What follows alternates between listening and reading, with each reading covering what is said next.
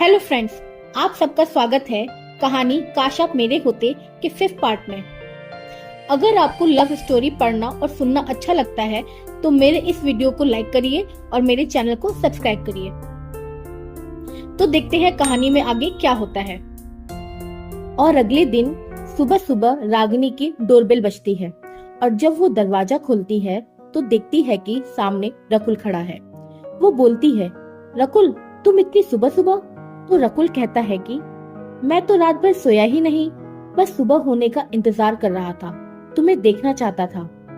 तो रागिनी कहती है कि मुझे भी रात भर नींद नहीं आई, सोच रही थी कि कब ये रात बीते, सुबह हो और मैं तुमसे मिलूं, तुम्हें देखूं, तुमसे बातें करूं। लो मैं आ गया, रकुल ने तुरंत बोला। अच्छा चलो जल्दी तैयार हो जाओ, जब तक मैं ब्रेकफास्ट बनाता हूँ और फिर हम वहाँ सबके पास चलते हैं। फिर वो लोग नाश्ता करके थोड़ी देर बाद वहाँ ओल्ड एज होम पहुँचते हैं। रकुल रागिनी के साथ उसके ताया और ताई जी के पास जाता है, उनसे मिलता है और कहता है, अंकल मुझे रागिनी ने आप लोगों के बारे में बताया है, आप लोगों को यहाँ पर कोई तकलीफ नहीं होगी, आप यहाँ पर आराम से रहिए। तो रागिनी के ताया जी कहते हैं, हमारे बेटे ने हमारे साथ जो भी किया हम उसी के लायक हैं। तो रकुल कहता है, अंकल मैं कुछ समझा नहीं। तो रागिनी के ताया जी कहते हैं, मुझे शुरू से बेटा चाहिए था। अमन से पहले रागिनी की ताई 2 बार माँ बनी, मैंने दोनों बार पता करवाया कि वो लड़कियां थीं और मैंने दोनों ही बार इसकी ताई का एबॉर्शन करवा दिया क्योंकि मुझे बेटा चाहिए था। इसकी ताई ने बहुत मना किया कि ये पाप है, मुझे इस पाप को नहीं करना चाहिए, पर मैं नहीं माना क्योंकि हमारे समाज में औरतों को अपनी बात रखने का भी अधिकार नहीं है, उनको तो खुद उनके शरीर के बारे में फैसला लेने का भी अधिकार नहीं है। आज मेरी वजह से इसकी ताई भी भुगत रही है। जब रागिनी पैदा हुई थी तो मैंने इसके पापा को बहुत ताने मारे थे, मैंने उससे कहा था कि लड़की को अनाथ आश्रम में छोड़ दे, लेकिन इसके पापा ने कहा कि वो मेरी बेटी है और वो हमेशा मेरे साथ ही रहेगी। उसके बाद इसकी माँ चल बसी और इसके पापा ने इसकी बहुत अच्छे से परवरिश की।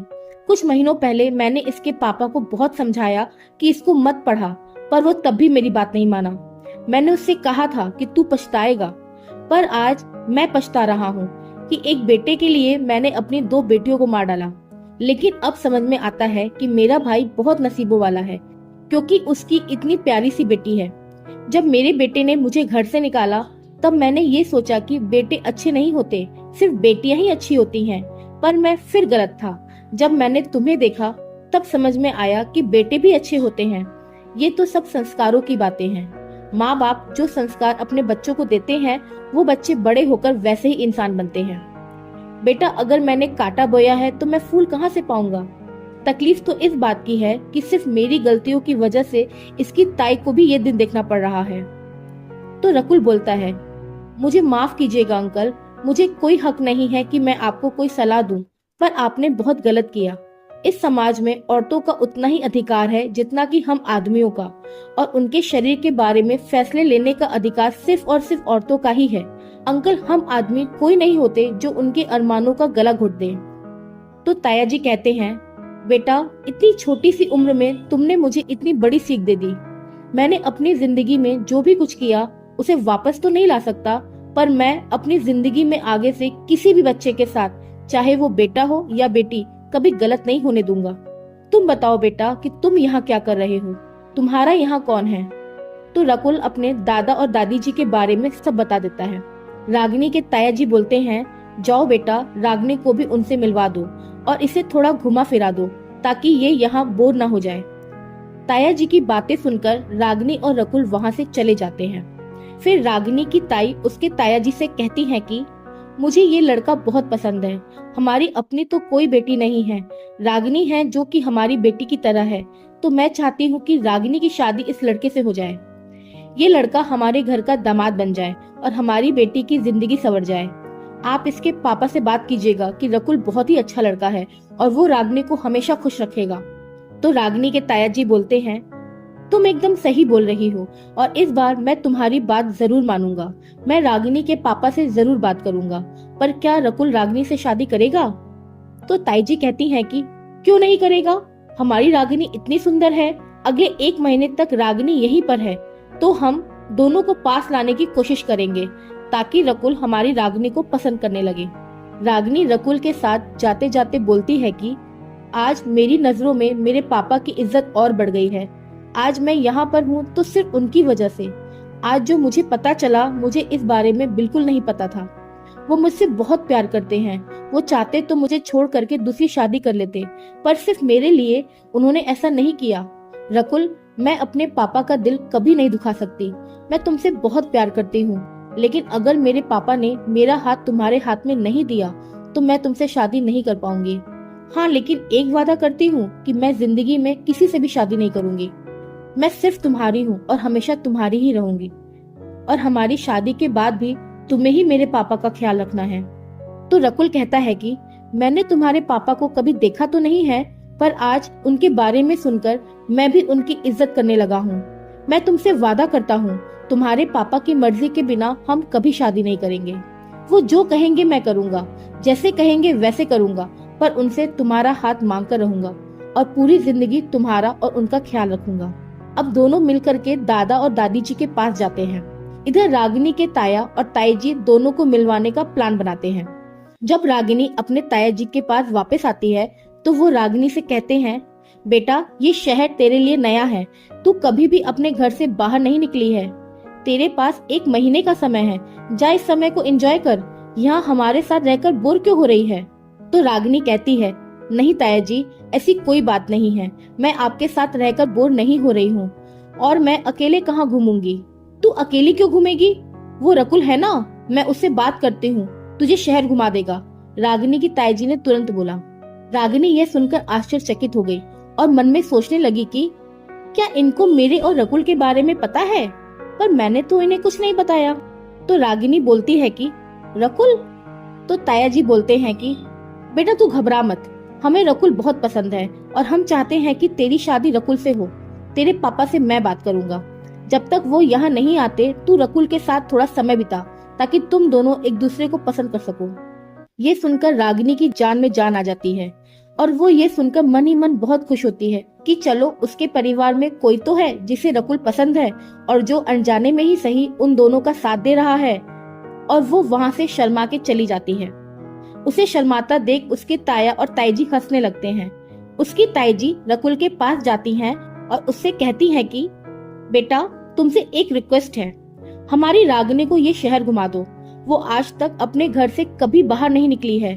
उसके पास बस 1 महीने का ही समय है, फिर उसके पापा आ जाएंगे और वो यहाँ से वापस चली जाएगी। ताई जी की बात सुनकर रकुल मन ही मन बहुत खुश हो जाता है और कहता है कि आंटी आपको रिक्वेस्ट करने की जरूरत नहीं है, आप बड़ी हैं, आपको मुझे ऑर्डर देने की जरूरत है। मैं आपकी ये इच्छा जरूर पूरी करूंगा। मैं उसे पूरा शहर घुमा दूंगा और आप जैसा चाहेंगी वैसा ही होगा। तो ताई जी खुश होकर रकुल के चेहरे पर हाथ फेरकर उसे हमेशा खुश रहने का आशीर्वाद देती हैं।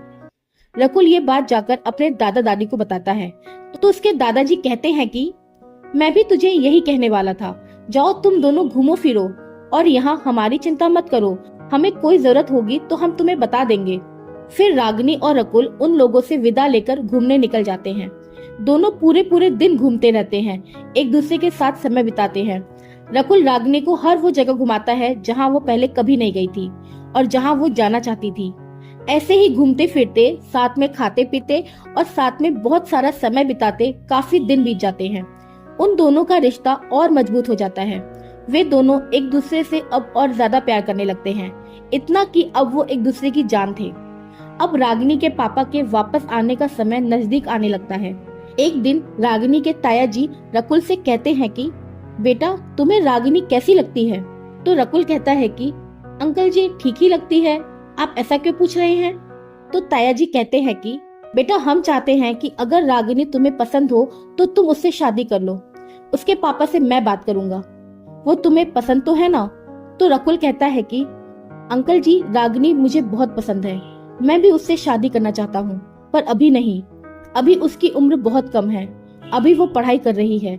मैं चाहता हूँ कि वो पहले अपना करियर बना ले, अपने पैरों पर खड़ी हो जाए और उसके बाद जब वो चाहेगी तब मैं उससे शादी करूंगा। तो रागिनी के ताया जी कहते हैं कि बेटा इन सब में तो बहुत समय लग जाएगा, क्या तुम तब तक इंतजार करोगे?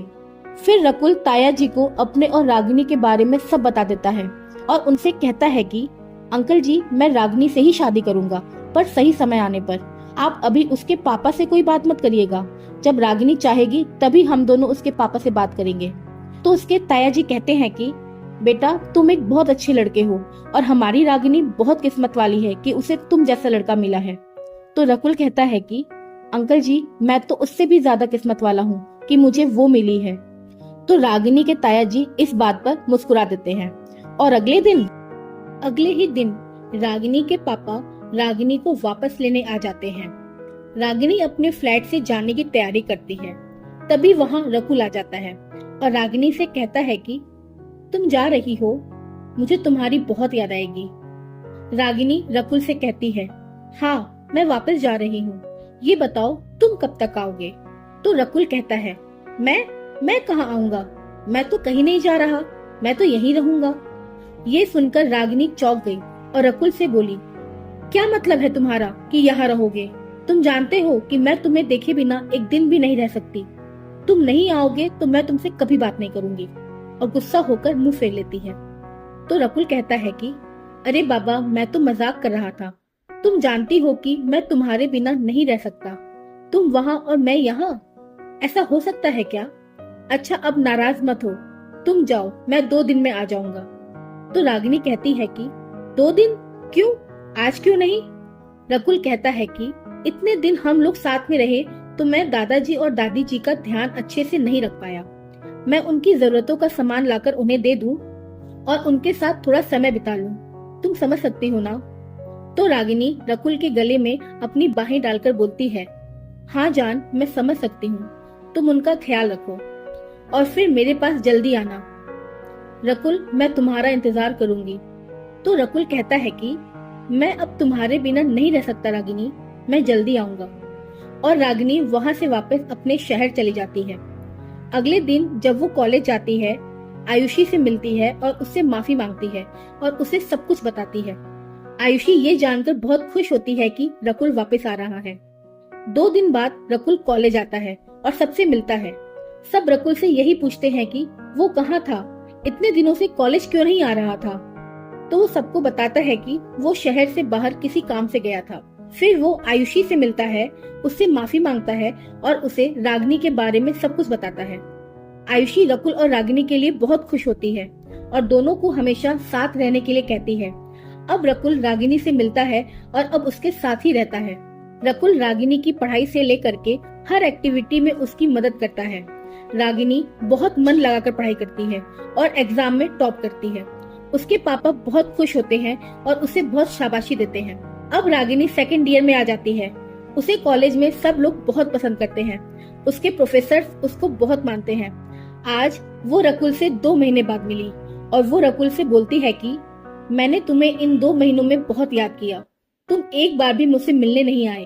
तो रकुल कहता है कि हमारी रोज फोन पर बात तो हो ही रही थी ना, तुमसे बात किए बिना मैं तो एक भी दिन नहीं रह पाया। तो रागिनी कहती है कि बात ही तो हो रही थी, तुम मुझसे मिले तो नहीं थे, क्या तुम्हारा मन नहीं किया मुझे देखने का? तो रकुल ने कहा, किसने कहा कि मैंने तुम्हें देखा नहीं? मैं तुम्हारे घर के पास आकर तुम्हें हर रोज देखता था। तुम्हारे घर से बाहर निकलने का, छत पर आने का या बालकनी में आने का इंतजार करता था और जब तुम्हें एक बार देख लेता था तो मुझे चैन मिल जाता था और मैं चला जाता था। तो रागिनी कहती है कि तुमने एक बार भी मेरे बारे में नहीं सोचा कि मैं भी तुम्हें देखना चाहती हूँ। तुम तो बहुत सेल्फिश निकले, सिर्फ अपने बारे में ही सोचते हो, मेरे बारे में बिल्कुल नहीं सोचा। तो रकुल कहता है कि अच्छा ये बताओ, मैं तुमसे कैसे मिलता? अगर तुम्हारे पापा को पता चल जाता तो? इसलिए मैं तुम्हें हर रोज देखकर चला जाता था। रागिनी ये सुनकर रकुल के गले लग जाती है और कहती है कि अब चुप हो जाओ, मुझे तुम्हें महसूस करने दो, तुम्हें जी भर के देखने दो। फिर वहाँ पर आयुषी, शालिनी, उनके और फ्रेंड्स आ जाते हैं। आयुषी कहती है कि ओ स्वीट लव बर्ड्स, अब तुम दोनों एक साथ ही चुपके रहोगे कि हमारे साथ भी चलोगे? तो रागिनी कहती है कि मैं क्लास में जा रही हूँ। तो रकुल बोलता है कि ठीक है, तुम क्लास में जाओ और हम सब लोग चलते हैं। और सब लोग वहाँ से साथ में चले जाते हैं। इसी तरह से रागिनी और रकुल को साथ में खेलते, पढ़ते, घूमते कुछ दिन बीत जाते हैं। और एक दिन तो मिलते हैं कहानी के अगले पार्ट के साथ अगले वीडियो में। अगर इस कहानी से रिलेटेड आपका कोई भी सजेशन या फीडबैक हो तो प्लीज कमेंट करके जरूर बताएं। Thank you.